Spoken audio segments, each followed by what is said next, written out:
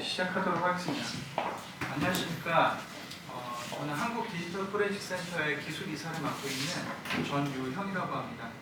오늘 디지털 포렌식 실무 개요와 소송 수사 활용 사례라는 제목으로 여러분들과 약 1시간 반 정도 같이 한번 이야기를 해보도록 하겠습니다.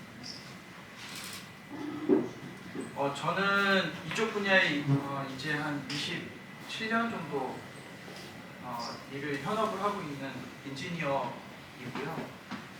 우리나라의 디지털 포렌식 1세대 분들 교육도 거의 많이 수사기관 3사 다 했었고, 그 다음에 저 나름대로의 이쪽에 많은 다양한 실무 경험들을 갖고 있습니다. 여러분들 잘 아실 만한 거는 예전에 이제 황우석 박사 노트북 분석이나 아니면 세월호 이런 것들도 제가 직접 분석을 했었고, 예전에 노무현 대통령 사가에 있던 이지원이라고 하는 서버 장애 때도 제가 분석도 하고 그런 일들을 해왔었습니다. 먼저 이제 디지털 포렌식에 대해서 한번 제가 설명을 드리겠습니다. 정의는 증거를 식별, 수집, 보존, 분석, 법정에 제출에 이르는 일련의 절차를 말한다라고 되어 있는데요. 이게 이제 우리가 일반적으로 알고 있는 디지털 포렌식은 증거물을 분석하는 것 자체를 디지털 포렌식이라고 알고 계시는 분들이 더 많더라고요. 근데 그 한 가지 분석하는 행위 하나만 가지고 디지털 포렌식이라고 하지 않고요. 법정에 무사히 안전하게 잘 도착할 때까지를 디지털 포렌식이라고 하는데, 중요한 건 그 결과물이 무엇이냐를 아셔야 됩니다. 보고서가 증거물은 아니고요. 그 보고서 자체가 이제 디지털 포렌식이 아니라 보고서와 그 원본에 대한 복제 혹은 원본을 포함한 보고서, 이게 두 개가 하나의 결합된 쌍으로 해서 이제 디지털 포렌식의 결과물이다라고 보셔야 됩니다. 우리나라에서는 90년대 후반부터 이제 이런 디지털 포렌식에 대한 수요가 조금씩 일어나기 시작했고요. 우리나라가 다른 나라들에 비해서 훨씬 더 빨리 데이터 복구라고 하는 시장이 먼저 열렸습니다. 전 세계에서 한 두 번째, 미국 다음으로 우리나라가 먼저 이런 데이터 복구라고 하는 시장이 열림으로 인해서 이런 디지털 포렌식에 대한 니즈나 수요가 더 다른 나라들에 비해서 훨씬 더 빨리 이제 부각이 된 사례라고 보시면 좋을 것 같습니다. 근데 무엇보다도 중요한 거는 이런 디지털 포렌식은 누가 분석했느냐가 중요한 게 아니라 어느 누군가가 이거를 똑같은 절차에 의해서 분석을 했을 때 같은 결과가 나오는 게 무엇보다도 중요합니다.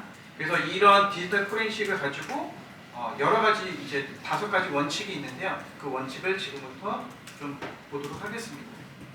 그 전에 이제 여러분들께서 디지털 포렌식을 한다라고 하시는 분들, 저희한테 오시는 많은 고객분들께서 디지털 포렌식을 한다라고 하면 제일 먼저 얘기하시는 게, 그러면 삭제된 게 복원이 되나요가 제일 많이 물어보시는 거예요. 일반적으로는 삭제된 자료가 복구가 됐을 때만 이게 증거로서의 능력이 있다라고 생각을 하시는 경우가 많고, 그래서 복구와 디지털 포렌식을 혼돈하시는 경우도 굉장히 많으세요. 일단은 가장 큰 차이는 원본을 유지하느냐, 원본을 유지하지 않느냐가 가장 큰 차이입니다. 그래서 일단은 내가 이걸 법적 증거로 사용을 한다라고 하면 반드시 원본을 그대로 유지해야 되는데요. 원본을 유지한다는 의미가 이게 원본 증거물이 그대로 내가 잘 보관하고 있어야 되는 거냐, 아니면 이거를 내가 마음대로 복사해서 복사하는 행위만으로도 이 원본이 바뀌진 않는 거라고 생각하시고 이 원본을 막 이게 연결해서 써보거나 이렇게 하시는 분들이 되게 많아요. 근데 우리가 얘기하는 원본성은 이 이제 원본이 중요하다라고 얘기한 거는 사건이 증거물을 내가 획득한 이후에 어디에도 연결하지 않은 상태를 보통 이제 증거물이라고 우리가 따지고 있습니다. 그래서 우리가 그러면 이 증거물을 보존하기 위한 여러 가지 절차 중에 하나가 복제라고 하는 걸 하게 되는데요.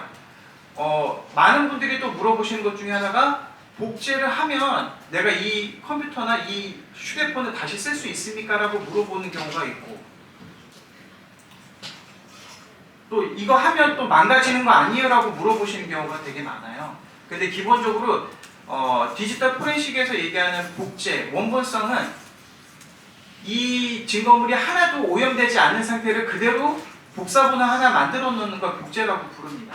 그래서 디지털 포렌식 과정에서 원본이 훼손된다는 것은 일단은 말이 안 되는 얘기다라고 보시면 좋습니다. 그런데 이제 한 가지 조금 참고하시면 좋을 게 뭐냐 있는데, 우리가 알고 있는 일반적인 컴퓨터는 원본성이 유지가 됩니다. 그러니까 뭐 예를 들어 이런 노트북이다라고 하면 노트북에 있는 SSD를 탈착을 해서 얘를 복제를 하거든요. 그러면 복제할 때도 이 복제기라는 녀석이 원본에 대한 쓰기 방지를 해주고 있습니다. 그래서 연결을 해도 전원을 킨다고 해도 어떠한 현상의 변화가 발생하지 않는데요. 휴대폰의 경우에는 조금 다릅니다.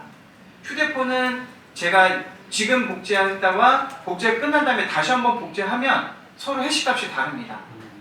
그 이유는 뭐냐면 휴대폰에는 시계가 달려 있습니다. 그래서 시간이 가기 때문에 완벽한 원본을 만들 수는 없습니다. 그래서 그러면 해시값이 동일하지 않으니까 원본이 아니냐? 그것도 아니에요. 그러니까 우리가 이제 일반적으로 우리가 생각하는 이거는 검증이 된 도구다. 검증된 도구로 그 복제를 떴을 경우에는 이거는 원본성을 우리가 개런티 해주겠다라고 보는 게 일반적인 견해입니다. 2000년대 초반만 해도 야 이거 해시값이 계속 바뀌는데 이게 원본이 맞아? 이런 논쟁들이 되게 많았는데, 결국은 야 우리가 신뢰할 수 있는 분석 도구로 분석을 한 거면 인정해줘야 되지 맞지 않을까? 라고 지금 이제 거기에 대한 이슈가 사라진 상태라고 보시면 좋습니다. 그리고 그러니까 복구를 꼭 하려고 하는 이유 중에 하나가 뭐 유출된 증거물이 실제 어떤 내용을 담고 있는지를 우리가 확인하고자 해서 복구를 원하시는 경우도 되게 많으세요. 근데 우리가 일반적으로 디지털 포렌식에서 보는 증거는 어떤 자료가 유출이 된 흔적만 있어도 그 파일이 설사 삭제되어 복원되지 않는다고 하더라도 그 흔적만 가지고 충분히 이걸 증거로 사용할 수가 있습니다. 그러면 이 흔적이 정말 되게 중요한 단서가 되는 증거가 맞느냐 틀리냐는 수사를 통해서 상대방 측을 증거물을 우리가 확보를 해서 찾는 방법과 여러 가지 다양한 방법으로 이게 증거물이 이게 정말 중요한 증거물이 맞냐 틀리냐는 입증할 수 있는 다른 방법들이 또 있다라는 게 또 이제 중요한 포인트라고 생각하시면 됩니다. 그래서 가장 중요한 거는 디지털 포렌식은 데이터를 증거로 만드는 하나의 절차다라고 보시는 게 좋고요.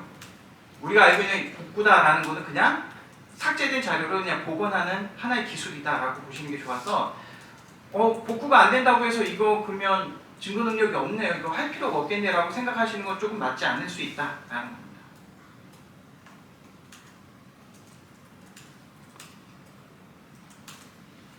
그래서 우리가 이제 디지털 포렌식을 다룰 때 5가지 원칙을 기준으로 해서 우리가 이제 분석을 하게 되는데요. 거기에 대해서 한번 살펴보도록 하겠습니다. 앞서 제가 말씀을 드린 것처럼 원본성이라는 거는 제일 이 5가지 원칙 중에 가장 중요한 건 원본성입니다. 왜 그러냐면 누군가가 분석을 했는데 분석이 잘못됐을 수는 있어요. 그런데 원본 자체가 오염이 되면 이 증거물을 다시 재활용할 수가 아예 없습니다. 뭐 예를 들어서 그 연계 보관성이라고 해서 이 증거물을 다른 데로 이동을 하다가 오염이 될 수 있거든요. 근데 만약에 원본이 있다라고 하면 혹은 그 복제된 이미지 파일이 원본하고 동일한 해시값을 가지고 있다라고 하면 그때는 크게 중간에 분석 과정이 잘못됐다고 하더라도 이거를 다시 바로잡을 수가 있는데, 원본 자체가 오염이 돼버리면 증거 자체에서 아예 탈락돼 버리니까 굉장히 중요한 문제가 됩니다. 그래서 무엇보다도 중요한 게 바로 원본성이라고 보시면 되는데요. 그러니까 우리가 원본에 대해서 분석을 할 때는 반드시 이런 이제 분석기를 통해서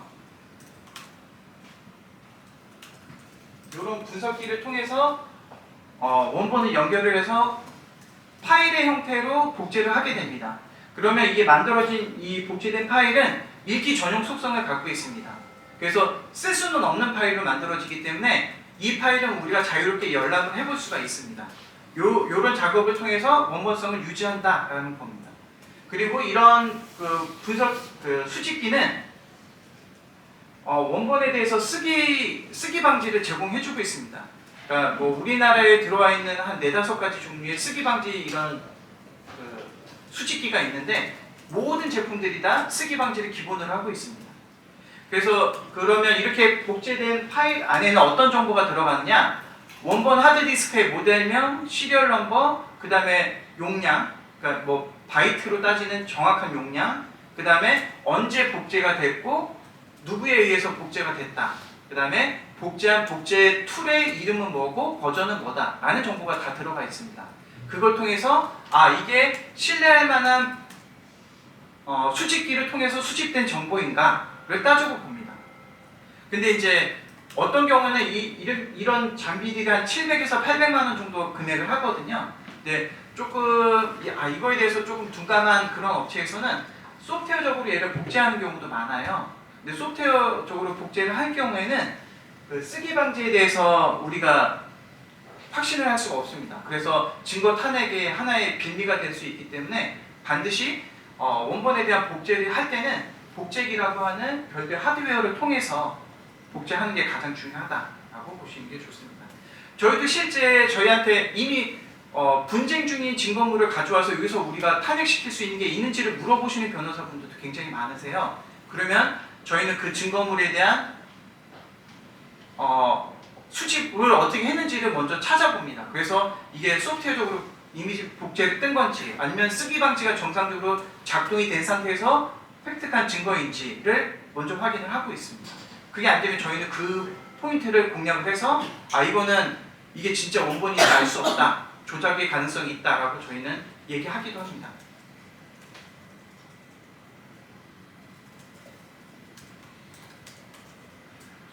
두 번째로는 신속성인데요. 우리가 이제 뭐 컴퓨터나 휴대폰을 포렌식을 할 때 휘발성 자료들이 있습니다. 뭐 예를 들어 마사회에서 도박하는 그런 증거들은 보통 사이트들이 일회용이에요.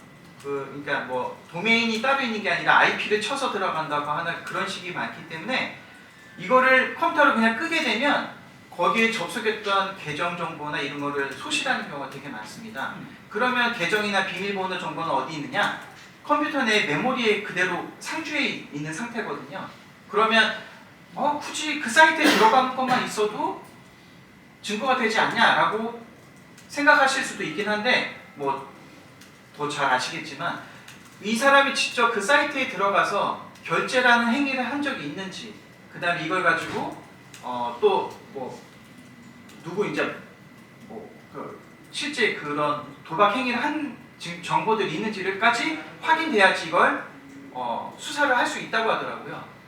단순히 그 도박 사이트에 접근한 것만으로는 증거가 될 수 없어서 그것까지 알기 위해서는 당시에 접속했던 아이디나 패스워드까지 알아야지만 수사관이 다시 그 상태에서 다시 접속을 해서 이 사람이 접속한 이후에 도박을 한 사실이 있는지 없는지를 확인할 수 있다. 이런 용도로도 사용이 되기도 하고, 침해 사고에서도 보면 백도어나 해킹에 관련된 그런 프로그램이 실제 메모리에 상주하고 있는 정보들이 있어서 이런 것들은 우리가 바로바로 그 증거를 획득할 때 바로 수집을 해야 될 필요가 있다.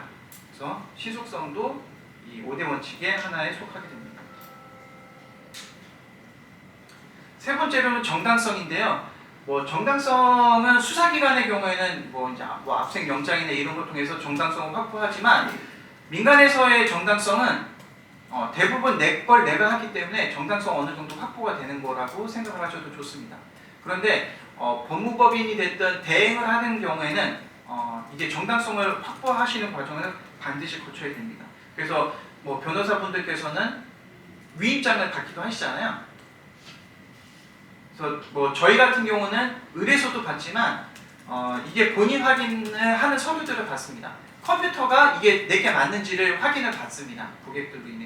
고객들로부터. 그래서 이게 내게 맞다라고 하는 소유권 확인서도 작성을 하고 있고, 그 다음에 저희가 분석 과정에서 내용을 열람할 수도 있기 때문에 우리가 데이터를 열람할 수도 있다라는 동의서도 받고 있고요. 그 다음에 휴대폰이나 이런 것들은 내게 아닌 타인 상대의 휴대폰을 마치 내 거인 것처럼 가지고 오시는 분들도 계세요. 그래서 이 휴대폰이 내게 맞다라고 하는 증빙하는 서류를 저희가 요구를 하고 있습니다. 그래서 아마 그 법무법인에서는 그렇게는 하진 않으시는 걸로 알고 있는데요. 저희 같은 경우는 실제 그 이런 휴대폰을 저희가 포렌식을 해서 그 결과로 인해서 저희가 증인으로 출석을 하는 경우에 제일 먼저 물어보는 게 본인 확인했냐? 라고 묻는 게 제일 1순위입니다.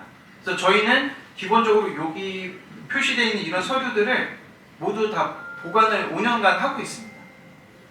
그래서 뭐 데이터나 이런 것들은 저희가 보관을 하진 않지만 향후 저희가 증인으로 출석했을 때 이게 본인 확인 차원에서 저희가 이 서류들을 보관을 하고 있다. 그래서 아마도 법무법인에서 만약에 이거를 직접 가서 해오세요는 모르겠지만 위임을 받아서 하는 경우라고 한다면 이러한 서류들은 조금 필요하지 않을까라고 생각이 되고, 혹시나 회사에 감사를 하는 경우에 휴대폰을 감사하실 수도 있어요. 이때도 반드시 별도의 위임장을 받으시는 게 좋다. 그리고 이런 본인 확인할 수 있는 이런 증명서, 통신사 가입 확인서 같은 것들도 받으시는 게 좋다라고 말씀드릴 수 있을 것 같습니다.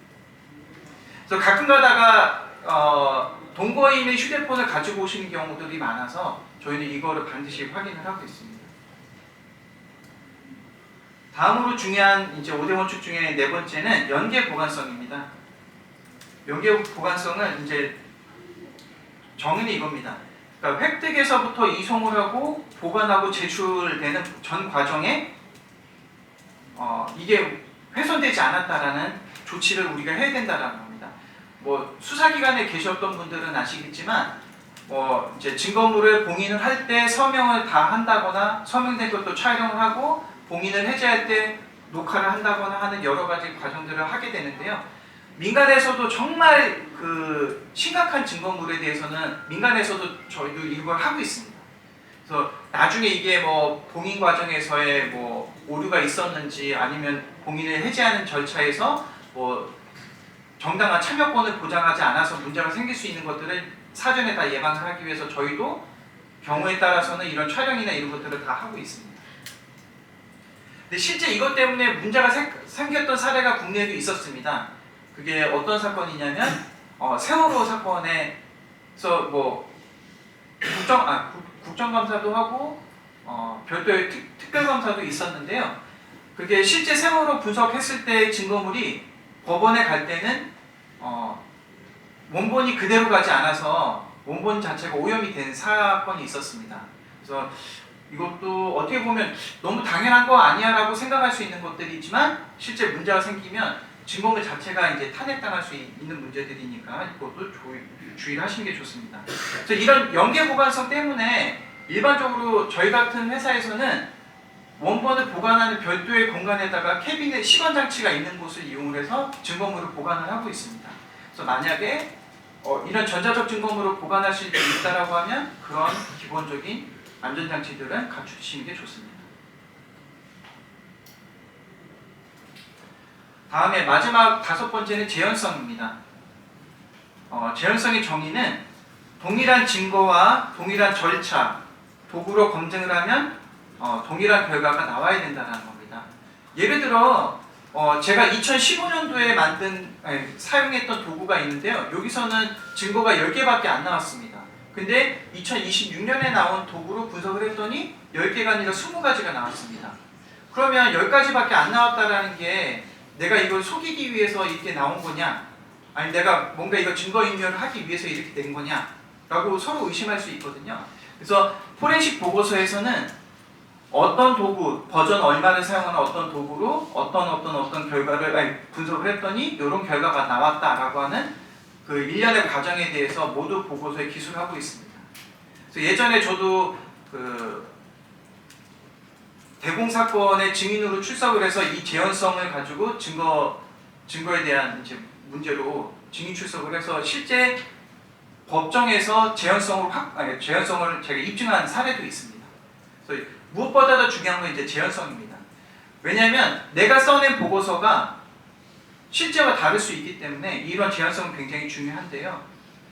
이런 재현성은 법정에서만 이루어지는 건 아니고 저희 같은 민간회사에서 분석한 분석 결과는 경찰에서 수사 과정에서 다시 한번 검증을 하고요. 또 검찰로 넘어간 증거물은 검찰에서도 이 보고서의 내용이 맞는지를 확인하고 있습니다. 그래서 이런 재현성은 계속 수사 단계마다 계속 확인을 하고 결국 법정에 가서도 법정에서도 뭐 이제 공방에 따라서 이 증거물을 다시 한번 분석을 해본다거나 그런 절차들을 거치기 때문에 이것도 재현성이 매우 중요하다라는 겁니다. 그렇다면 이런 5가지 어떻게 보면 되게 상식적인 내용들이거든요. 원본을 잘 유지해야 된다. 그 다음에 휘발성 증거들은 빨리 획득을 해야 된다. 그 다음에 이동할 때 보관을 잘해야 된다. 그 다음에 재현을 통해서 똑같은 결과가 나와야 된다. 뭐 다 당연한 말들이죠. 근데 왜 이런 식으로 엄격한 잣대를 갖다 대냐면 이런 디지털 증거들은 오염이 되기 쉽다라는 겁니다. 만약에 내가 이런 USB를 1분 내에 이 컴퓨터에서 연도를 바꾼다거나 날짜를 바꾼다거나 사람 이름을 바꾼다거나 하는 건 너무 쉽거든요. 그러면 그렇게 바꾼다고 해서 어디에도 표시가 났냐?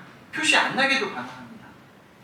그리고 디지털 증거물 자체가 워낙 위변조가 쉽기 때문에 이런 엄격한 잣대를 통해서 우리가 분석을 했을 때 비로소 이제 증거로서 우리가 활용이 가능하다라는 겁니다. 그 다음에 마지막으로 이런 디지털 증거물은 우리가 이것까지 꼭 포렌식을 해야 돼 라고 생각하실 수 있어요. 뭐 예를 들어서 카카오톡의 화면, 야 이거 화면에 휴대폰에 다 보이는데 이걸 굳이 포렌식을 해야 돼 라고 생각하실 수 있는데요.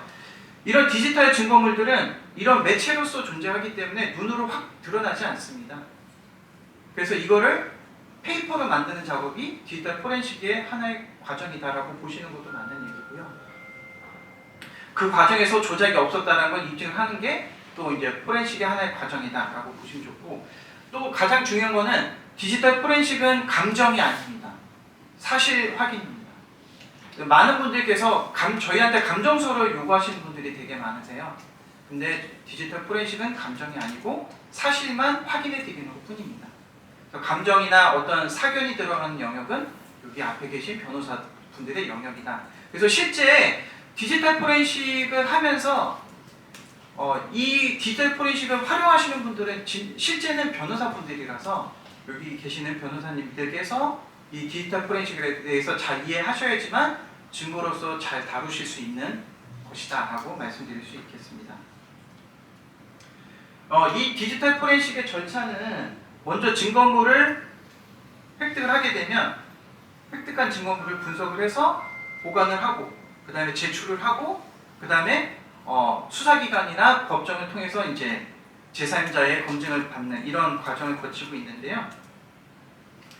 이런 과정에서 제일 먼저 확인하는 것은 원본의 해시값이, 그러니까 해시값은 아무리 큰 데이터가 와도 정해져 있는 문자 크기에서 어떤 특정한 코드 값이 나오게 하는 겁니다. 이거는 원본이 어떤 1바이트라도 변경점이 생기면 이 해시라고 하는 값은 전체적으로 아예 다른 값이 나오게 되는 일종의 수학적인 함수인데요.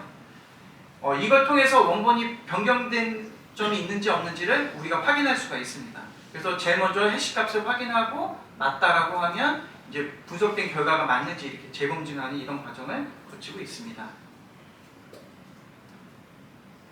다음으로는 우리가 이제 민간에서 우리 수사기관이 아닌데 이런 디지털 포렌식이 필요할까? 라고 생각하실 수도 있어서 이 챕터를 한번 넣어봤는데요. 그러니까 기업의 업무가 이제 대부분 이제 PC나 모바일, 그 다음에 이제 클라우드, 요즘에는 이제 협업 도구들도 많이 사용을 하고 있는데요. 근데 그 과정에서 우리가 이제 회사의 업무 자료들이 밖으로 되게 많이 노출이 되어 있습니다. 뭐 예를 들어서 가장 쉬운 거는 제가 이 회사에 입사를 해서 이제 많은 자료들을 취급을 하고 있는데 제 노트북의 계정을 회사 도메인이 아니라 개인 네이버나 지메일 계정으로 사용을 하고 있었어요. 그러면 제가 업무로 사용하고 있는 모든 데이터가 내 마이크로소프트의 원드라이브에 업로드가 되고요. 저는 회사를 퇴사를 해도 내 원드라이브에는 회사 자료가 그대로 남아 있습니다. 그럼 이걸 유출로 봐야 될까요? 유출로 보지 말아야 될까요? 되게 애매하죠. 근데 다 유출은 맞습니다. 유출은 맞는데 이래서 더 이제 중요하게 생각을 해야 될 부분은 기업에서의 보안 이슈들이 보안을 어떻게 처리를 하고 있었는지, 이 사람이 재직 중에 보안을 얼마나 잘 이제 준수하고 이런 보안 규정들을 잘 만들어놨는지를 따져봐야 될 부분이 있습니다. 또 어쨌든 우리는 회사 자료는 회사에서 시작을 해서 회사에서 끝나기를 바라지만 많은 경우에 외부로 많이 노출될 수밖에 없다 보니까 이렇게 외부로 노출이 되면 많은 부정이 발생을 할 수밖에 없습니다.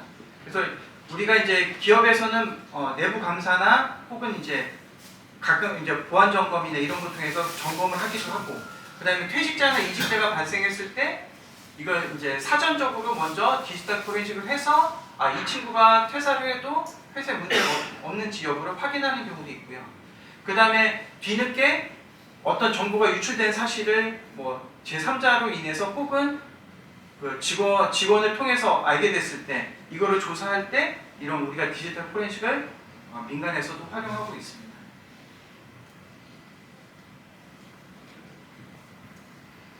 우리나라에는 지금 대부분의 이제 수사기관과 조사기관에서 이런 디지털 포렌식을 하고 있습니다. 근데 각각의 기관들은 이 디지털 포렌식의 준칙을 만들어서 준칙대로 작업 분석을 하고 있는데요. 민간에서도 이제 기업들이 뭐 감사팀을 운영을 하고 있는 중견 기업 이상 아니면 뭐 이런 대학이나 연구기관에서도 디지털 포렌식을 활용하기도 하고, 그 다음에 저희 같은 민간 회사에서도 이런 디지털 포렌식을 활용해서 서비스를 하고 있는데요. 민간에서의 그 수사나 조사기관의 그 포렌식 준칙은 거의 유사합니다. 왜냐하면 뭐 검찰에서 만든 혹은 경찰에서 만든 기준 가이드라인을 다른 조사기관에서도 거의 이제 그대로 비슷하게 쓴다거나 그렇게 하는 경우가 많아서 거의 이제 회계적으로 운영이 된다라고 보셔도 무방한데요. 민간에서의 경우에는 조금 다 차이가 납니다. 그러니까 뭐 개인 기업의 환경에 따라서도 어떤 부분을 생략을 하기도 하고 뭐 이런 경우가 있기는 한데, 가장 중요한 거는 수사기관의 어떤 준칙에 따라서 회사의 포렌식 그 과정을 그대로 따라가는 것이 가장 좋습니다. 그랬을 때 나중에 뭐 회사가 어떤 뭐 노무 갈등을 겪는다거나 혹은 다른 소송이 발생했을 때 증거물들에 대한 나중에 탄핵 시비에서 가장 문제가 없을 수 있습니다. 그래서 우리나라도 이제는 이제 민간 시장의 디지털 포렌식의 어떤 이제 표준화된 가이드라인이 필요한 시기다라고 볼 수 있을 것 같습니다. 네, 뭐 디지털 포렌식에 대해서 많은 질문, 궁금해하시는 점이 있으실 텐데요. 저희가 이제 이 자료를 준비하면서 어떤 것들을 많이 궁금해하실까, 우리 고객들은 저희한테 뭘 많이 물어보는지에 대해서 한 6가지 정도 저희가 뽑아봤습니다. 가장 많이 물어보시는 게 삭제한 사진 파일도 포렌식이 되느냐 물어보시는 게 제일 많아요. 근데 결론을 말씀드리면 거의 안 됩니다. 95%의 확률로 복원이 되지 않습니다. 두 번째로는 카카오톡의 반나가기 경우에 복원이 되느냐, 이것도 95%의 확률로 복원되지 않습니다. 그러면 할 필요가 없네 라고 생각하실 수 있는데요. 여기에 대해서 제가 조금 설명을 드리면, 우리가 휴대폰에서 저장 매체로 사용하는 저장 장치는 플래시 메모리라고 하는 건데요. 이 플래시 메모리는 빈 공간의 저장 공간에 한 번밖에 사용하지 못해요. 한 번 사용한 공간을 다시 재활용을 하기 위해서는 플래시라고 하는 현상이 발생을 해야 되는데요.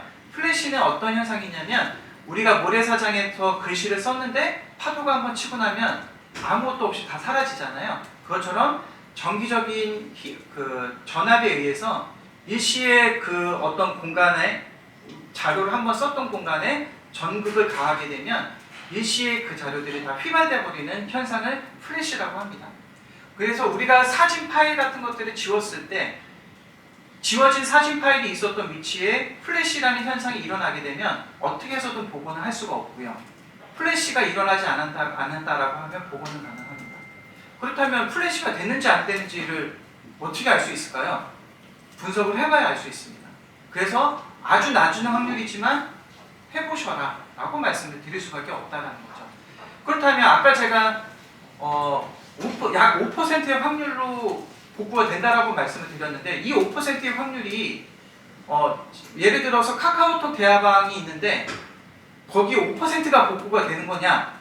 라고 물어보실 수 있어서 말씀드리자면, 저희한테 약 10분이나 20분 정도의 고객분들이 오시면 한 분에서 두 분 정도는 내가 원하는 카톡 내용을 복원해서 가세요. 대다수는 못 찾아가시지만, 근데 한두 분은 정말 찾아가십니다. 그래서 확률이 약 한 5%다라고 말씀드리는 겁니다. 그런데 그렇다면 그 수백 라인의 그 대화방이 100% 다 사느냐? 사실 그렇진 않습니다. 그 중에서 특정한 영역이 운 좋게 복원이 되는 겁니다. 어떻게 그런 복원이 됩니까? 아직 지워지지 않아서 복원이 된 겁니다. 라고밖에는 말씀드릴 수가 없습니다. 예전에는 포렌식 하면 다 되는 거 아니에요? 라고 물어보시는 분들도 많으세요. 근데 예를 들어서 예전에 정준영 사건만 해도 그때는 100% 다 된 것 같던데 라고 보실 수 있지만, 그때는 멀쩡한 전화기였습니다. 삭제된 게 아니었고요. 멀쩡한 걸 분석을 했으니까 당연히 다 나왔던 거고,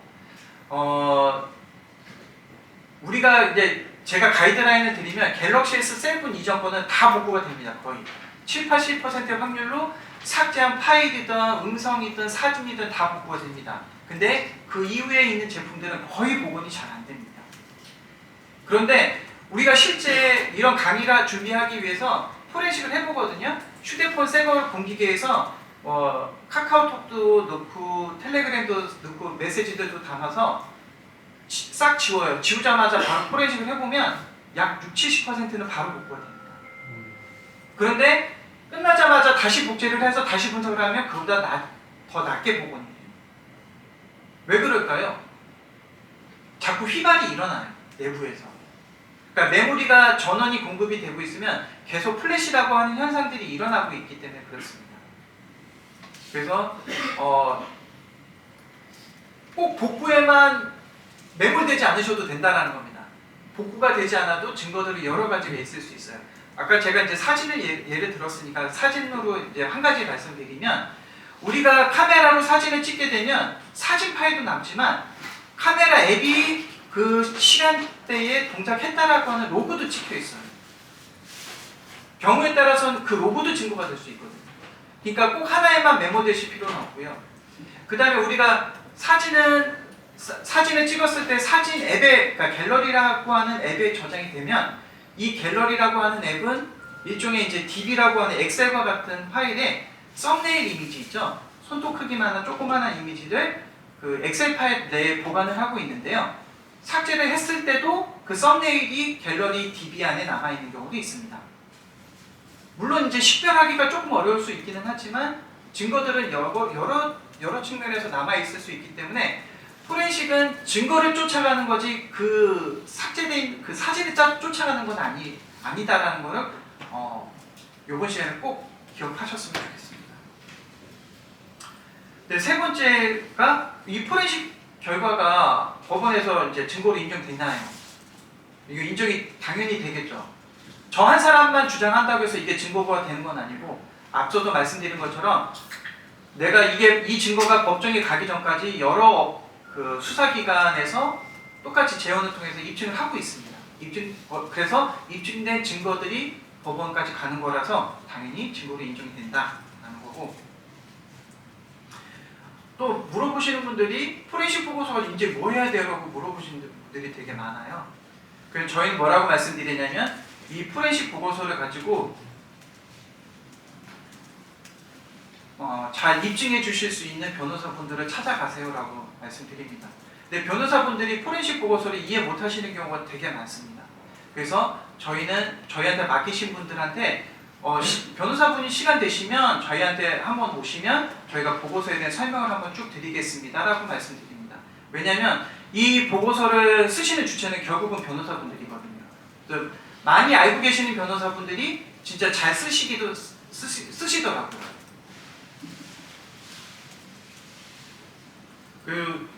이제 이것도 진짜 많이 묻는 질문인데, 직원이 자료를 다 지우고 나가서 고소하고자 하는데 복구해 주세요. 이거 많이 물어봅니다. 근데 요즘에 이런 노트북도 여기는 하드디스크라는 게 아예 없습니다. 다 SSD라는 걸 사용을 하고 있는데 이 SSD도 휴대폰에서 사용하는 플래시 메모리와 동일한 제품입니다. 그래서 자료가 삭제되면 복원이 되지 않습니다. 예를 들어서 이 노트북을 초기화했다라고 하면 제가 여기서 건질 수 있는 건 이 사람이 언제 초기화했는지 그 정보밖에 알 수 없습니다. 그러면 이게 증거가 될까요? 라고 묻는다면 저는 증거가 된다라고 말씀드립니다. 왜냐면 이 사람이 퇴사 직전에 초기화를 했다라고 하면 그것만으로도 증거인멸이 될 수 있잖아요. 그래서 뭐 전자기록 손괴라든가 정보통신망법의 침해죄가 될 수 있다라고 말씀드리고 뭐 부가적으로 뭐 업무방해나 이런 것도 될 수 있다라고 설명을 드립니다. 그거는 이제 변호사분이랑 상담을 해보세요라고 말씀드리죠. 근데 어쨌든 이거 그 초기화했다라는 증거를 만들기 위해서는 반드시 포렌식을 하는 게 좋다라고 말씀드립니다. 그 다음에 많이 물어보시는 게 그러면 이거 제가 이 보고서 가지고 잘 싸워줄 수 있는 변호사분들이 어디 계시냐고 물어보시는 분들도 많으세요. 로고스죠. 맞습니다. 그래서 제가 이제 변호사는 아니지만 많은 변호사분들하고 이제 저희 보고서 가지고 미팅을 많이 해보는데요. 저희랑 몇 번 같이 협업을 하셨던 변호사분들께서는 이해도가 되게 많이 높더라고요. 그래서 사건을 빨리 처리하는 데 많이 도움이 되는 것 같더라고요. 그래서 앞으로 잘 부탁드리겠습니다. 다음으로는 이제 이 디지털 포렌식을 활용한 저희 사례에 대해서 조금 설명을 좀 드리겠습니다. 이 사건 내용은 그러니까 반도체 장비를 만들고 있는 A라고 하는 회사 직원이 이 A라고 하는 그 회사에서 그 자기네 협력사, 이게 자기 제품을 구매했던 협력사로부터 전화 통화를 받게 됩니다. 야, B라고 하는 데서 니들하고 똑같은 거 나왔더라. 근데 가격이 더 싸. 그래서 이 사람이 이제 이 A라는 회사에서 깜짝 놀라서 야, 그럼 나 걔네 프로그램 너 받았어? 받았어. 나한테 줘봐. 그래서 받은 거예요. 운이 좋게도. 그래서 이 사람은 B라고 하는 회사에서 만든 장비 소프트웨어를 이미 이제 확보를 하게 됐죠. 그 협력사에서도 실수를 한 거죠. 그 분쟁이 휘말리게 된 거니까. 근데 이걸 가지고 이 사람은 따져본 거죠. 이 B에서 어떻게 우리랑 똑같은 거 만들었지? 그래서 좀 추적을 해보니까 A 회사에서 근무하던 직원 둘이 퇴사하고 나서 나중에 이제 B라고 하는 회사에 이직을 했고 이 사람은 A에서 그 개발했던 소프트웨어들을 이용을 해서 동일한 프로그램을 개발을 했던 겁니다. 그래서 저희한테 이 프로그램 우리 거 베낀 건데 똑같은지 확인 좀 해줘 라고 해서 들어왔던 사건이었습니다. 그래서 저희는 이걸 어떻게 해야 되지, 이거 완전히 김서방 찾기랑 똑같은데 이러면서 막 한참 찾다 보니까 이 프로그램이라고 하는 게 사람마다 쓰는 방식이 다 달라요. 뭐 예를 들어서 A라고 하는 사람이 업무 자료를 분류해서 보관하는 방법, B라고 하는 사람이 업무 자료를 분리해서 보관하는 방법이 서로 다르거든요. 근데 이 사람의 루틴대로 쓸 수밖에 없고 이 사람 루틴대로 쓸 수밖에 없습니다. 프로그램의 경우에도 짜는 사람은 어떤 사람은 1, 2, 3, 4, 5, 6, 7, 8, 90 순서대로 하지만 어떤 사람은 1, 3, 5, 7, 9, 2, 4, 6, 8 이런 식으로 프로그램 짜는 사람이 있거든요. 그래서 그 패턴을 가지고 조사하면 되겠다 라고 저희가 판단을 한 겁니다. 그래서 보고서를 어떻게 썼냐면 우리가 어떤 알고리즘을 통해서 이건 저희 실제 보고서인데요. 어떤 그 소스 코드를 분석하는 프로그램 알고리즘을 이용해서 우리가 분석을 했더니 몇몇 핵심 코드에서 유사도가 거의 95% 이상 되는 게 몇천 개가 나왔다라는 저희가 보고서를 작성을 하게 됩니다. 그래서 1심에서는 이겼어요. 그래서 이 상대 B라고 하는 회사에서 항소를 제기하면서 이걸 국가수에 맡겨봅니다. 이게 진짜 똑같은지 틀린지 국가수에서 판단을 받아보자 라고 했더니 저희는 95% 일치한다라는 결과물을 줬는데 국가수에서는 한 50몇 프로 유사하다고 나왔어요. 50몇 프로 유사하다면 유사한 거 아니거든요. 그래서 이 저희한테 맡겼던 A라는 업체에서 이씨 어떻게 해요? 막 이러면서 막 저희한테 이거를 어떻게 좀 해결해달라고 했습니다. 그래서 저희가 뭘 했느냐? 그럼 국가수에서 어떻게 분석했는지 국가수 보고서를 달라고 했어요. 봤더니 국가수에서는 뭐 국가수가 잘 못했다는 건 아니지만 국가수에서는 수없이 많은 사건들을 하다 보니까 아주 그냥 굉장히 드라이하게 분석을 한 거예요. 무슨 얘기냐면 이 프로그램 통째로 넣고 이 프로그램 통째로 넣어서 유사도를 비교한 겁니다. 그랬더니 유사하지 않다라고 나온 거예요. 근데 저희는 여기서의 핵심 코드, 여기서 핵심 코드만 따로 떼가지고 요거에 대해서 분석을 했거든요. 그래서 유사도가 높게 나왔어요. 그래서 거기에 대해서 신랄하게 깠습니다. 국가수에서는 이걸 이렇게 분석을 했기 때문에 이렇게 결과가 나올 수밖에 없지만 이게 사실은 그게 아니다. 이 사람이 그러니까 프로그램 짤 때 보면은 이제 뭐 변수명 같은 거 있잖아요. 변수명도 이 사람은 뭐 철수, 순위 이렇게 쓰는 사람이 있고 이쪽은 뭐 다른 이름을 쓰는 것처럼 모든 게 이전 회사의 소스 코드와 유사한 형태의 이름들을 다 사용을 했어요. 그래서 이게 그게 아니다. 이거는 소스 코드가 이거를 확인하려면 소스 코드의 핵심적인 것들만 별도로 따서 이렇게 분석해야 된다라고 해서 저희가 신랄하게 이게 보고서를 작성을 해서 지금 항소 중입니다. 아직은 싸우고 있는 중인데 어쨌든 이게 저희가 더 설득력 있게 쓰기는 했어요. 저희가 봤을 때는. 그래서 사건은 잘 진행되고 있는 중이다 라는 겁니다. 그런 사건이 하나 있었고요. 근데 이제 이런 걸 쓰면서도 이제 저희가 조금 아쉬운 거는 저희가 생각을 했을 때 감정을 이런 디지털 증거물에 대해서 정말 감정을 할 수 있는 곳은 국가수밖에 없다고 생각하거든요.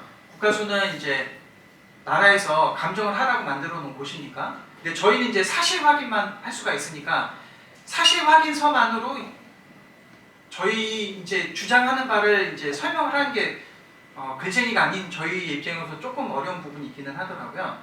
그래도 아마 잘 진행이 되고 있다고 말씀드릴 수가 있겠습니다. 두 번째는 영업비밀 유출 사건인데요. 요거는 며칠 전에 사건이 끝났습니다. 저희 이제 의뢰인분이 이겼던 사건인데요. 한 3년 전쯤에 3년 전쯤에 저희한테 맡겼던 사건이었는데 그 이태리 유명한 헬스 기구, 뭐 이제 리조트나 호텔 같은데 집어넣는 되게 유명한 헬스 기구의 국내 총판을 갖고 있는 회사가 있었습니다. 한 26년간 하던 회사인데 갑자기 총판을 바꾸겠다라고 해서 이제 이 회사는 이제 회사 자체가 흔들리는 그런 위기에 처했던 사건이었습니다. 그래서 이 회사 대표가 한 4-5달 전쯤에 그 자기 영업사원 한 3명 정도가 퇴사를 했는데 혹시 이게 관련이 있을지 모르니 자기네들 회사에 있는 모든 이제 전산 인프라를 포렌식을 해서 증거를 좀 찾아달라라고 이제 저희한테 맡겼던 사건이었습니다. 그래서 저희가 확인했던 거는 퇴직자의 PC는 포맷된 것도 있고 뭐 다른 사람이 또 포맷하고 쓰던 것들도 있었고 회사 나스가 있었는데 나스도 분석을 하고 그다음에 이제 이메일도 분석을 하고 해서 저희가 뭘 찾았냐면 퇴사 이후에 이 회사 이제 조그마한 회사예요. 직원이 한 10명도 안 되는 회사인데 퇴직자에 대한 이메일을 닫지 않았어요. 열어놨어요. 그랬더니 이 사람 퇴직 이후에도 메일에 마음껏 들어왔더라고요. 그래서 메일도 보내고 받고도 했었고 그 다음에 이 회사는 나스가 있었는데 나스를 설치했던 사람도 퇴직자였거든요. 그러니까 나스를 운영할 줄 아는 사람도 아무도 없으니까 자기가 퇴사 전에 못 가져간 자료를 마저 가져가기도 했던 나쁜 짓을 많이 했더라고요. 그래서 저희가 포렌식을 해봤더니 이 사람이 퇴직 이후에 현재 이직을 했을 거로 보여주는, 그러니까 총판권이 다른 데로 넘어갔잖아요. 넘어가게 됐으니까 총판권을 따낼 거로 예상이 되는 그 회사의 부근에 IP가 찍힌 로그가 발견되게 됩니다. 그리고 나스로 이제 그 같은 IP에서 접속했던 그런 로그를 찾게 됩니다. 그래서 거기에 대한 보고서를 저희가 작성을 해주게 됩니다. 그러니까 메일 서버에 접속했던 기록들이 어떤 것들이 있었고 메일 서로 주고받았던 내용은 어떤 내용이었고 그다음에 거기 이제 메일 서버에 접속했던 실제 로그들 기술하고 메일에 대한 본문 내용을 저희가 작성을 해서 넣어줬고요. 그랬던 사건인데 이게 사건이 잘 끝나서 그 며칠 전에 끝났더라고요. 1월 초에 끝났던 것 같더라고요. 그래서 좋게 해피엔딩으로 끝났던 사건이었고요. 다음으로 또 이제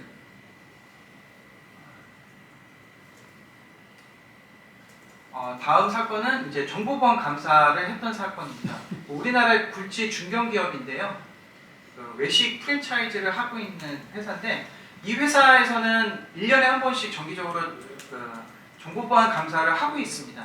근데 정보보안 감사를 하던 도중에 회사 ERP에 이상한 로그를 발견하게 됩니다. 그 로그는 뭐였냐면 회사에 사람 이름 치면 이 사람의 프로필이 나오는 그런 스크립트를 짜놓은 그걸 발견하게 됩니다.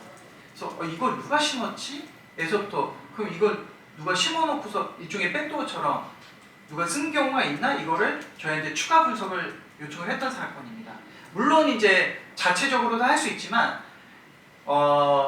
이 회사에서 이런 로그가 발견되면 이거는 수사에 가까운 사건이라서 자기네들이 분석을 하는 것보다 공인된 외부 기관을 통해서 분석을 하는 게 훨씬 더 유리할 거다라고 판단을 해서 이제 저희한테 의뢰를 하게 됐습니다.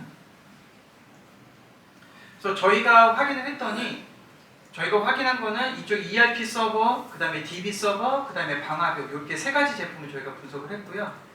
그걸 통해서 이제 결과적으로는 보통 이제 우리가 회사에서도 쓸 때 뭐 192.168점, 뭐 172점 뭐 점 이렇게 내부 IP라는 게 찍히게 되는데 방화벽은 외부 IP를 쓰거든요. 공인된 IP를 들어오지만 안에 들어왔을 때는 안에서만 쓰는 IP가 찍혀요. 요거를 서로 브릿지에서 매칭하는 작업들이 필요했고, 그 다음에 정말 이게 누구 이제 허수인지 아니면은 진짜 접속자가 맞는지 하는 그런 기록들을 다 종합적으로 저희가 봐야 될 상황이었습니다.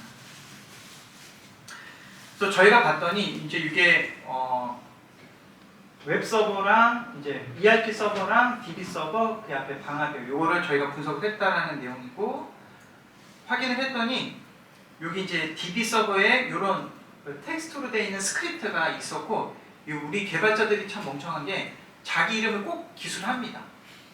이거 내가 개발한 이렇게 적어놓, 이게 거의 습관적으로 적어놓는데, 근데 이제 중요한 건 적어놓은 이 사람이 정말 맞는지를 확인해야 될 차례가 검증할 게 필요하잖아요. 근데 이 사람이 또 때마침 퇴사를 한 상태였고, 그래서 이제 심증은 굉장히 많이 간 상태였는데, 어쨌든 이 사람이 내부에 들어왔다는 사실을 확인을 하는 절차를 저희가 분석을 통해서 확인을 했더니 IP가 하나 발견이 됐습니다. 근데 IP가 발견이 됐는데, 다시 앞쪽으로 가서 IP를 확인을 했는데 IP가 광화문 근처가 나왔어요. 근데 이 사람이 그러면 현재 재직하는 곳이 광화문 근처입니까? 그랬더니 아니래요. 광화문 근처가 아니랍니다. 그래서 이제 사건이 이렇게 약간 미궁에 빠질 수 있는 그런 사건이었는데, 이 의심가는 사람의 이 사람이 이제 IT 개발하는 그런 사람인데, 이런 사람들의 특징이 이제 사무실을 다른 데를 가서 일을 할 때가 있어요. 협업할 때. 근데 이 사람의 SNS를 봤더니 접속을 했을 때 당시에 그 광화문 근처에서 근무를 하고 있었던 사실이 확인됐습니다. 그래서 수사 요청까지 갔던 사건이 이제 이 사건이었습니다. 그래서 보고서도 이제 저희가 이 서버를 그러니까 여기 있는 서버 중에서 어떤 것들을 저희가 분석을 했고, 이제 어떤 내용이 발견이 됐고, 거기서 확인했더니 IP는 뭐였었고 이 사람이 들어와서 어떤 행위들을 했다라는 거에 대해서 쭉 분석을 했던 그런 사건이 있었습니다. 마지막 다음으로는 그 심평원에 제출됐던 어떤 이제 뭐라고 해야 되나 진료 기록인데, 이게 이제 내용은 이겁니다. 병원에서는 진료를 해서 심평원에다가 이제 돈을 청구를 했는데 심평원에서 니들 이거 가라앉지 내가 확인할 수가 없으니까 돈을 못 주겠다. 입증을 해봐라. 라고 했는데 내내 입증을 안 하다가 재판까지 가게 된 거였고요. 그래서 이제 그 병원 측에서 저희한테 이거 포렌식을 통해서 이게 사실이 맞다라는 걸 입증을 해달라고 요청을 했던 사건입니다. 그래서 저희가 확인한 거는 죄송합니다. 심평원에서 요청을 합니다. 심평원에서 저희한테 요청을 한 거였는데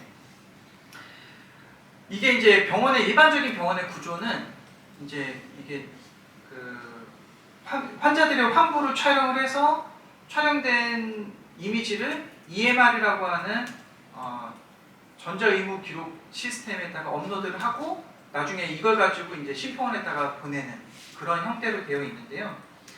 저희가 요거를 조사를 하면서 봤더니 여기 이제 촬영은 전화기나 카메라로 촬영을 하는데 PC에다가 이 파일을 옮겨서 이 파일을 EMR로 업로드하고 이 자료가 이제 심평원으로 가게 되는데요. 이 촬영된 사진에서 간호사 PC로 갔다라는 정보를 하나 찾을 수가 있을 것 같기도 하고, 그 다음에 이 간호사가 업로드한 사진, EMR 서버로 업로드한 사진이 원본하고 동일할 거다라고 판단을 했는데 이게 또 다르더라고요. 그래서 이 간호사 PC에서는 업로드한 사진들을 다 지웠고 이제 결과론적으로는 있는 사진이 이거밖에 없는 그런 상황이 발생을 하게 되었고 이쪽에서는 일부 사진만 조금 확인이 된 사건이었습니다. 그래서 저희가 분석을 했더니 이게 EMR 서버가 또 이제 장애가 한 번 있었어가지고 죄송합니다. 요 서버가 장애가 있어가지고 요 서버에 있는 시간 정보들도 약간 조금 애매해요. 원래는 이런 서버들의 특징이 사람 손을 안 탑니다. 관리자들이 관리라고 하지만 실제는 컴퓨터 끄거나 켜거나 혹은 뭐 이런 정도밖에 안 하거든요. 업데이트나 몇 번 하지 실제 파일의 시간 정보나 이런 거니 바뀔 일이 거의 없는데 이거는 중간에 장애가 한 번 있어서 시간 정보도 약간 조금 이상하고 좀 그랬던 상황이고 그 촬영된 카메라나 혹은 이제 이 PC에서 어떤 카메라로 언제 업로드했다라는 정보들도 사실 많지 않았던 그런 사건이었습니다. 그럼 이걸 우리가 어떻게 입증해 줄 수가 있을까라는 고민을 조금 하다가 저희가 이제 이 사진이 업로드될 때 파일명도 같이 바뀌는데요. 사진이 바뀔 때의 이름은 연월이 시분초식으로 파일이 만들어지고 있습니다.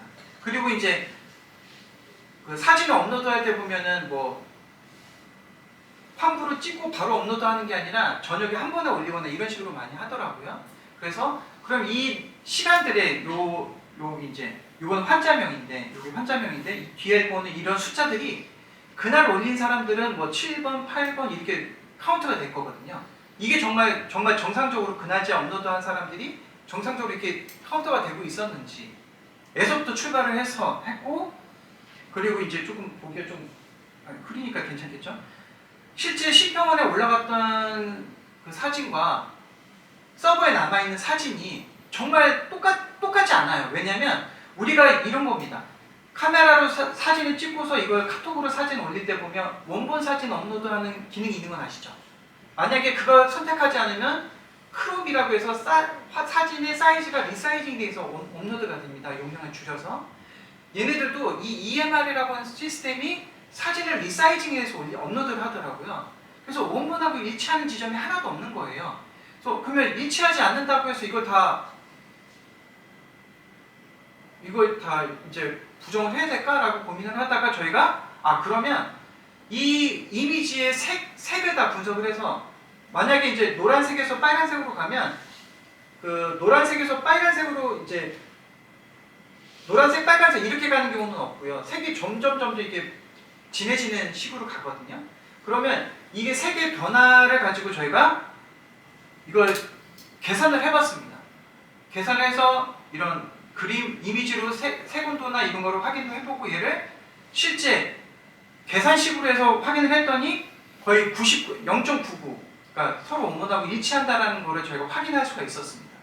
서로 다른 이미지지만 해시값도 다르지만 저희가 과학적인 여러 가지 함수를 이용해서 확인해 봤더니 같은 사진이 가능성이 매우 높다라는 보고서를 쓰게 됩니다. 근데 이게 11명에 관련되어 있는 증거물이었는데 실제 이걸 입증할 수 있었던 건 전체는 다 아니었고 6명 정도의 그러니까 사람에 대해서 이걸 확인을 할 수가 있어서 이 6명에 대해서는 일치하는 거로 인정을 받아서 이거는 병원에서 그 돈을 받았다고 얘기를 하더라고요. 그렇게 했던 사건이었습니다. 그래서 이게 보면 포렌식이 딱 그 삭제된 걸 복구하고 뭐 아니면 USB 복사된 걸 가져가고 뭐 이런 것뿐만 아니라 여러 가지 다양한 쪽에서 우리가 디지털 포렌식을 활용할 수 있다는 거를 조금 보셨으면 이해하셨으면 좋겠다라는 거고요. 마지막 사례는 이거는 보고서가 없는 사건입니다. 뭐였냐면 어떤 회사, 그러니까 이거는 저희가 수사기관으로부터 연락을 받았는데요. 누가 이제 자기네들이 그 돈이 자기네들 회사의 자금이 빠져나간 것 같다. 그래서 이걸 수사해달라고 하는데 이게 그 구두로 얘기하는 것만으로는 수사를 할 수 없으니 그 사람한테 이게 고소하려고 하는 고소인한테 우리 회사를 소개시켜줬으니 니들이 가서 증거를 찾아와라 라고 저희한테 소개를 해줬던 사건입니다. 그래서 저희가 심야에 가서 이 회사에 있는 컴퓨터가 5대가 있는데 5대를 다 포렌식을 해봤습니다. 사건은 이게 이제 이런 내용이었어요. 느닷없이 어떤 남자로부터 낮에 전화가 왔는데 나한테 5,500만 원, 5,600만 원이 오입금 된 것 같은데 제가 지금 해외여행을 가니까 제가 뭐 한국에 돌아오는 대로 다시 송금해 드릴게요 라고 하는 전화를 받은 거예요. 이 회사는. 근데 이 회사는 인력을 관리하는, 인력을 이렇게 보내주고 하는 그런 회사라서 돈이 되게 많이 왔다 갔다 하는 그런 회사라서 이 돈이 빠져나갔던 적이 있었는지 없었는지 저도 몰랐던 거였어요. 그런데 오입금 됐다라는 얘기가 나오니까 갑자기 이제 좀 두려움이 올 거 아닙니까? 이 큰 돈이 막 왔는데도 뭐 아무도 몰랐어? 뭐 이제 이렇게 되고 그래서 이제 저희한테 포렌식을 맡겼어요. 그래서 이 이제 인력 관리 회사이다 보니까 3명의 경위 여직원이 있었는데 그 오입금한 사람의 이름을 봤더니 뭐 예를 들어 이제 홍준만이라고 하는 사람이 있었습니다. 그럼 저희는 이걸 어떻게 찾아야 될까? 왜냐면 우리가 통장으로 입금한 거는 인터넷으로 일어나는 행위잖아요. 그러니까 내가 인터넷 브라우저를 통해서 그러니까 로그인을 해서 돈을 송금을 하고 이러기 때문에 이 오입금한 사람하고 이 사람이 업무용 PC하고의 연관관계를 짓기가 조금 쉽지가 않았습니다. 그래서 어떻게 하면 이걸 찾을 수 있을까 고민을 하다가 진짜 단순하게 이 사람 이름이 들어가는 게 뭔가 있을까를 저희가 찾아봤어요. 그래서 5개의 컴퓨터에서 뭐 홍진만이라는 이름을 검색을 해봤습니다. 검색을 했더니 그 회사에 이런 세금 계산서를 발행했던 게 확인이 됐습니다. 그러면 이 사람하고 이 직원 간에 어떤 인간관계가 있을 수 있겠구나라 저희가 생각을 할 수가 있었죠. 그래서 이 사람의 이제 그 홍진만에 대해서 조금 찾아봤어요.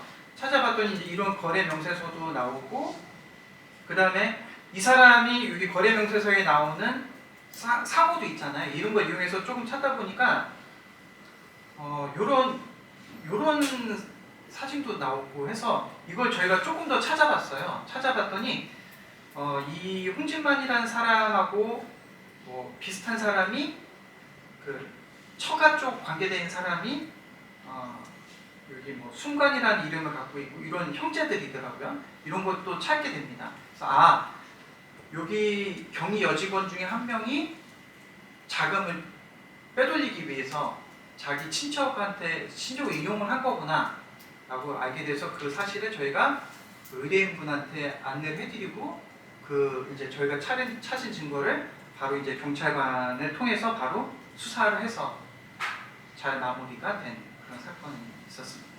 이거는 저희가 보고서까지는 쓰지 않고 바로 수사에 착수를 할 수가 있어서 여기서 마무리가 된 그런 사건이었습니다. 그래서 간단하게 저희가 했던 그 이제 좀 재미있다라고 생각한 사례에 대해서 드렸는데요. 혹시 질문 있으시면 질문 받고 마무리하도록 하겠습니다. 네.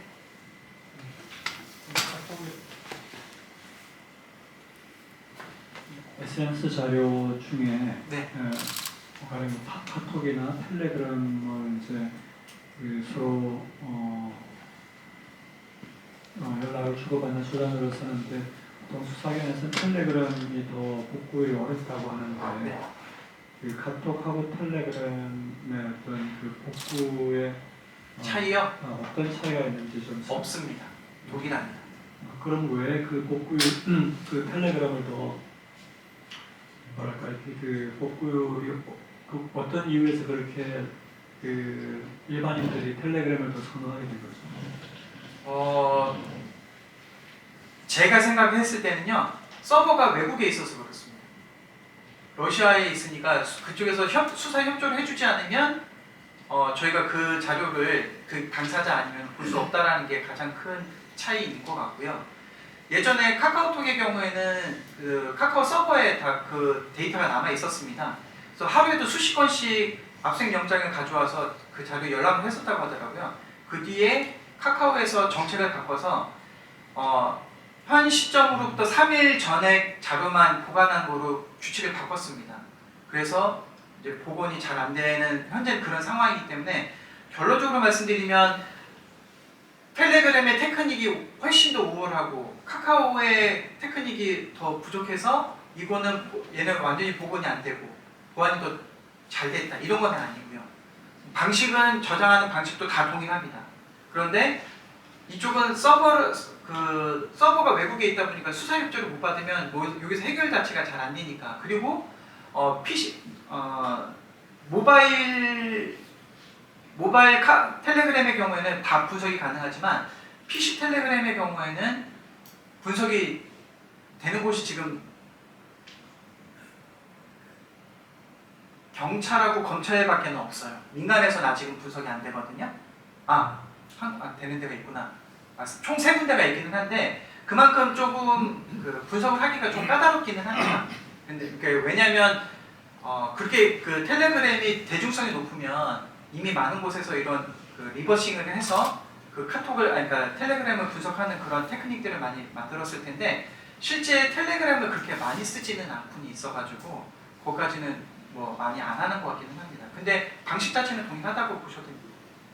그게 텔레그램은 내가 대화를 하고 제가 그걸 폭발을 하면 상대방에 있는 것도 안 남기 때문에 텔레그램을 많이 선호하는 거고 카카오톡이나 텔레그램이나 그냥 내 핸드폰에 남아있으면 그대로 다 발견이 되죠. 둘 다 지웠으면은 둘 다 발견이 안 되는 건 똑같은 것 같아요. 근데 텔레그램은 제가 카카오톡을 보내면은 상대방 갖고 있잖아요. 내가 아무리 내 핸드폰에서 지워도. 근데 텔레그램은 대화를 한 다음에 내가 그거 방을 폭파해버리면 상대방 거에서도 안 남아있기 때문에 좀 더 안전한. 하나만 여쭤보려고 하는데요. 네. 사실 요즘 이제 형사 사건에서 그게 우리가 이제 증거를 입증하는 경우도 있지만 방어하는 경우도 있는데 네.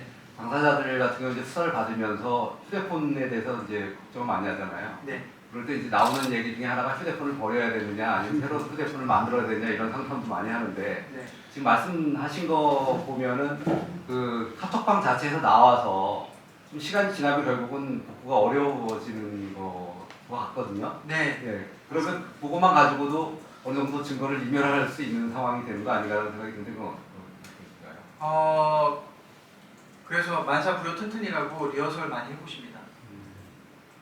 제출하기 전에 먼저 해보고 깨끗한지 아닌지 확인하시는 경우도 많이 있고요. 예를 들어서 그 기존에 나와 있던 대화가 문제가 될 것 같으면 거기서 나온 다음에 다시 방을 만들어 놓으면 네. 기존에 있던 대화 내용은 사라지는 거 아니에요? 그게 나온다 안 나온다가 딱 정해져 있지 않고요. 만약에 이제 변호사님 말씀하신 것처럼 제가 내일 출석을 해야 돼요. 오늘 지웠어요. 안 나온다라고 보장하기는 어렵습니다. 근데 지금 이제 말씀하신 저는 100% 나올 줄 알았거든요. 네. 거의 지금 말씀하시는 거 보면 상당 부분 안 나올 것 같이. 근데 그렇게 믿고 갔는데 실제 보고서 황당해 하시는 분들도 많이 있으세요. 근데 이게 좋은 쪽이면 나한테 안 오고 나쁜 쪽에만 많이 찾아오는 경우도 많아서 그 딱 정규화해서 말씀드리기가 어려워서 좀 확인해보는 게 제일 낫습니다.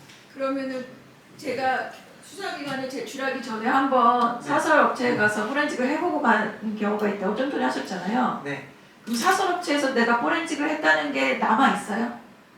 그게 변호사님 제 첫 번째가 원본성이었습니다. 그러니까 그 내가 포렌식 했다는 그 자체. 포렌식을 했다는 걸 알게 되는 것 자체가 원본이 훼손됐다는 얘기잖아요.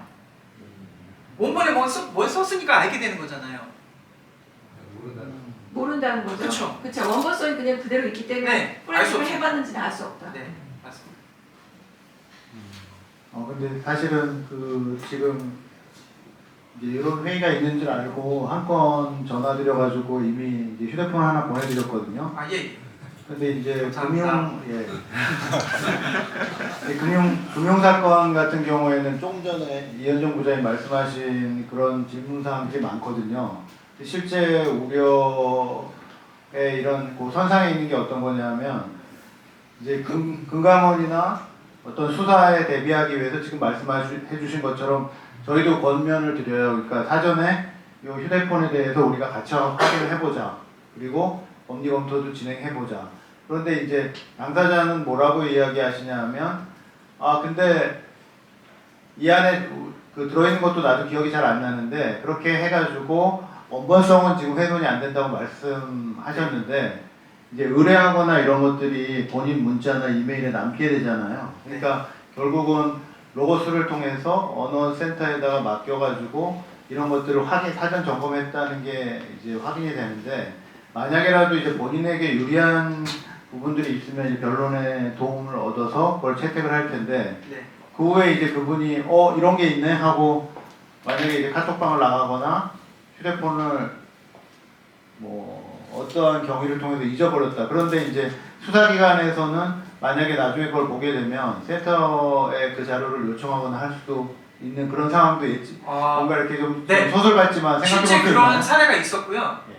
그 얼마 전, 그러니까 이건 작년 사례인데 병원의 부원장이 사망을 한 사건이었는데 원장이 남편이었습니다.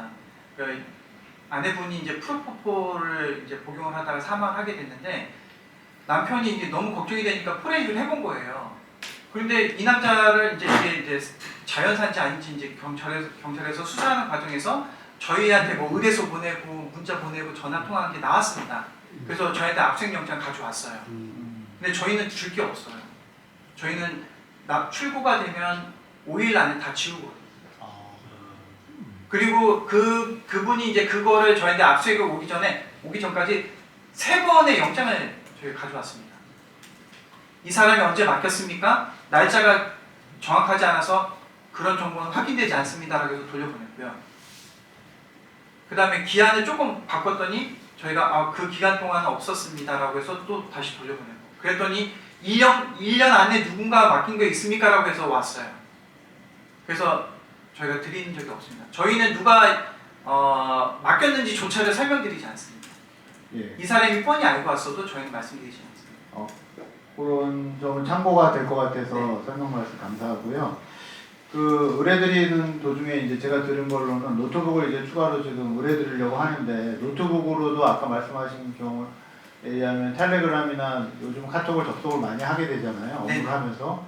근데 모바일에서 카톡이나 텔레그램 복구하는 거하고 지금 노트북에서 카톡이나 텔레그램 복구하는 것에 약간 차이점이 있는 것으로 지금 네. 말씀을 하시는 것 같은데 기술적으로도 그렇고 근데 그거의 차이점을 좀 한번 설명해 주시면 좋겠습니다. 우리가 이제 보통 모바일 메신저라고 하면요, 일종의 이제 메인이 있습니다. 메인 기기가 있습니다. 그 다음에 이제 보조용 기기가 있습니다. 예를 들어서 전화기는 메인입니다. 그러니까 전화번호 하나당 하나의 기기만 쓸 수 있습니다. 메인은. 그 다음에 보조는 뭐 태블릿이 됐든 노트북이 됐든 보조 수단이거든요. 이 보조 수단의 특징과 주수단의 특징이 뭐냐면 주수단은 모든 메시지를 다 가지고 있습니다. 그러니까 전화기의 내용이 지워진다라고 하면 어디에서도 살릴 수가 없는 겁니다. 근데 만약에 제가 작년 1월 1일부터 이 모바일 폰을 쭉 쓰고 있다가 작년 10월부터 태블릿을 썼습니다. 그래서 이쪽에서도 로그인을 했어요. 그럼 얘는 10월 이후의 기록만 가지고 있습니다. 그런데 여기서 과거 이전 기록을 막 땡기면 얘가 뭐 카톡이다라고 하면 카톡 서버를 통해서 여기 있는 메시지를 끌고 갑니다. 이 태블릿으로. 근데 이 대화방은 되게 하나가 아니잖아요. 여러 개가 있잖아요. 그래서 내가 땡겨 본 것들만 이게 남아요. 얘는 내가 열람을 했을 때만 기록이 남고요. 근데 모바일 폰은 전체 기록을 다 갖고 있는 겁니다. 만약에 제가 뭐 10월 달부터 이 태블릿도 같이 썼다고 했는데 약 열흘 동안 휴대폰을 꺼놓고 있었어요. 그리고 태블릿만 썼습니다. 그러면 태블릿은 열흘치의 정보를 갖고 있고 모바일은 없다라고 생각하실 수 있잖아요. 근데 얘가 다시 접속을 하는 순간 여기서 정보들을 걔가 다 끌고 갑니다. 그래서 모바일 폰은 다 가지고 있어요. 근데 태블릿은 내가 열어봤을 때 정보 이외에는 안 갖고 있어요. 다 땡겨봤을 때만 얘가 따라오게 됩니다. 그런 차이가 있습니다. 그래서 결론적으로 말씀드리면 전화기는 전체를 다 갖고 있지만 모바일은 내가 열람을 했을 때만 기록을 갖고 있다가 정답입니다. 근데 지금 말씀해 주신 걸로 하면 만약에 이제 휴대폰을 오늘 날짜로 저희가 포렌식을 해가지고 살펴봤을 때 예비적으로 살펴봤을 때 만약에 모바일에 나타나지 않은 정보가 있는데 원본성은 훼손되지 않는데 만약에 그 의뢰인이 노트북이나 다른 탭에서 자료를 갖고 있던 것을 만약에 동기화하거나 이러면서 그 모바일로 추가가 돼서 네. 모바일이 사후에 우리가 어느 시점에는 더 정보를 갖게 되는 경우도 생길 수 있겠네요. 아, 네, 그렇습니다.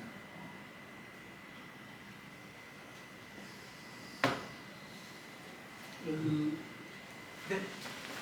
핸드폰에 보통 이제 암호를 설정하잖아요. 이제 처음에 이제 그 사용을 시작할 때.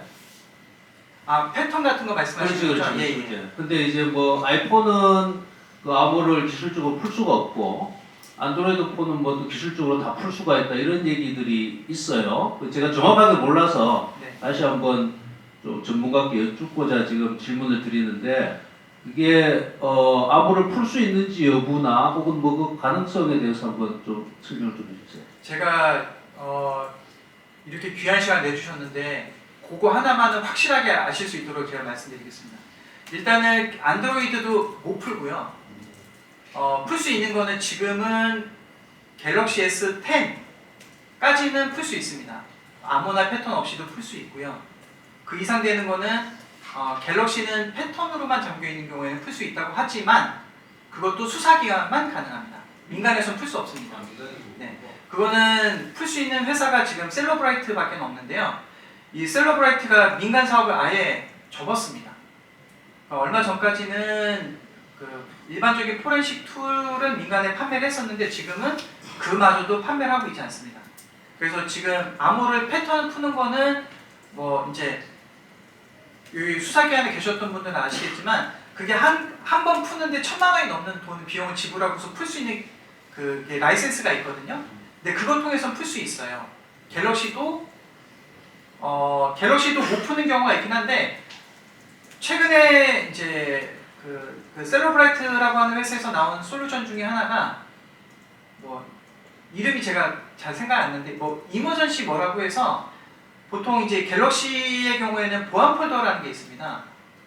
암호나 이걸 몰라도 보안 폴더에 있는 내용은 거의 보안 취약점이 있나 봐요. 보안 폴더에 있는 내용은 긁어올 수 있나 봐요.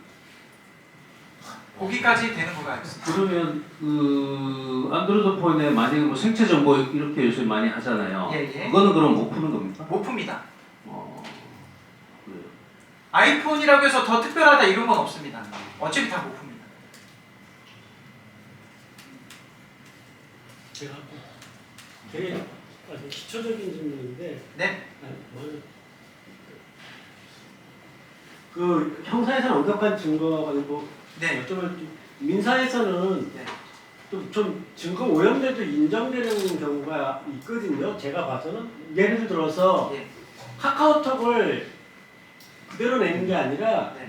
그거를 무슨 다운을 받아서 텍스트 파일로 아, 그런 게 네네네. 있더라고요. 백업이요. 예. 예, 백을 받아서 그냥 뭐 A가 뭐라고 얘기하고 그러면 우리가 좀 내용이 이상해서 중간에 야 이거는 저기 이상하다 원본을 했더니 그거 돌아가신 아버지가 PC에다 그렇게 저장을 해놨기 때문에 네. 저기는 그거밖에 없어서 카카오톡 내용 자체는 이렇게 뭐 말풍선 같은 건 없다. 그래서 우리가 다퉜는데도 뭐 민사 사건이라든지 법원에서는 그쪽 주장을 인정하는 것 같더라고요. 그랬을 때 이렇게 텍스트 파일은 원본성이 훼손됐다고 주장을 할 수가 있는 건가요? 실제 저희가 그걸 감정이 아니라 분석한 사례가 있었고요. 그게 이제 사실 완벽하게 속이면 찾기가 조금 어렵습니다. 근데 저희가 찾는, 예를 들어서 그 카톡 백업의 경우에는 맨 윗줄에 보면 백업 날짜가 나옵니다. 그리고 한 칸 띄워서 그다음에 사람 이름 나오고 이렇게 되거든요. 근데 저희가 분석했던 사례는 한 칸이 안 띄워져 있었습니다. 이상하잖아요. 한 칸 띄운 것 때문에 이게 위변조가 됐다 안 됐다 볼 수가 있습니다. 왜냐면 컴퓨터는 기계로 그 텍스트 파일을 만들거든요. 한 칸이 안 띄워질 수가 없어요. 100% 조작이다라고 해서 그 사건이 이긴 사건이 있습니다. 그 성관된 사건이었는데 1심에서 패소해서 항소를 했고 항소의 증거를 찾으려고 저희한테 왔었는데 증거라고 해봤자 그 카카오톡 백업 파일밖에 없었어요. 근데 누가 봐도 엔터가 있어야 되는데 안 쳐져서 저희가 그거에 대해서 보고서를 썼고 그게 받아들여져서 무죄 선고받은 사건이 있었습니다. 근데 그게 제가 이제 말씀드렸지만 휴먼 에러가 있으면 찾기가 좋은데 휴먼 에러가 없으면 찾기가 조금 어렵긴 합니다. 물론 이제 그거 말고도 당시에 휴대폰이 있다라고 하면 텍스트 파일을 수정을 하기 위해서는 수정일시가 변경되거든요. 그것들을 가지고도 또 파고들 수도 있고 이제 체크해볼 수 있는 포인트들은 여러 개 있지만 완벽하게 속이려고 하면 찾기는 조금 어렵긴 합니다. 텍스트 파일. 또 질문 있으신가요?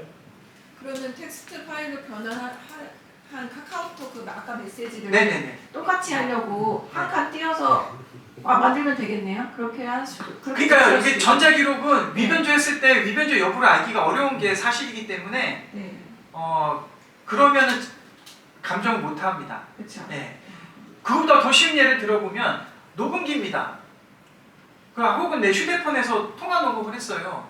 원래는 4분짜리인데 한 1분을 날려버렸습니다. 이거는 공학적으로 검증할 수가 없습니다. 근데 아직도 국가수에서도 이걸 가지고 감정하지 않습니다. 뭐 스펙토그램 같은 거 막 이용해가지고 하지만 어차피 안 되는 거예요. 왜냐면 디지털이잖아요.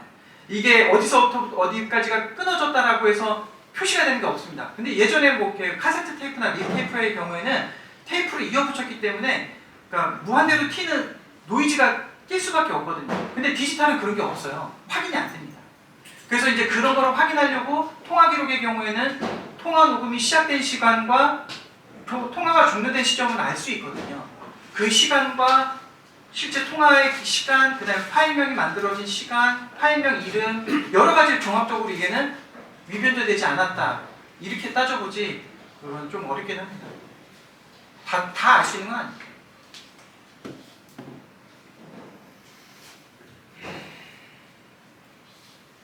다른 질문 없으시면 네, 오늘 예, 마무리하도록 하겠습니다. 귀한 처음 듣는 것 같아서 많은 분이 참석했는데 박수 한번.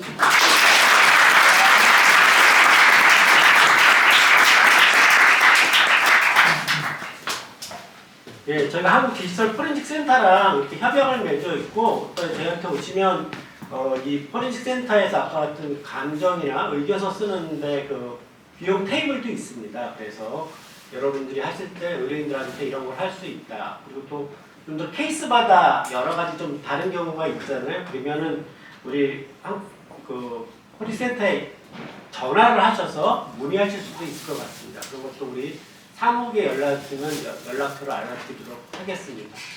갈수록 디지털 증거나 이런 것들이 우리 모든 사건에서 중요한데 여러분들이 좀 알고 계시고 하면 좋을 것 같습니다. 우리 업무 협약을 맺었으니까요. 저희가 여러 가지로 많이 도움을 주실 거라고 생각합니다.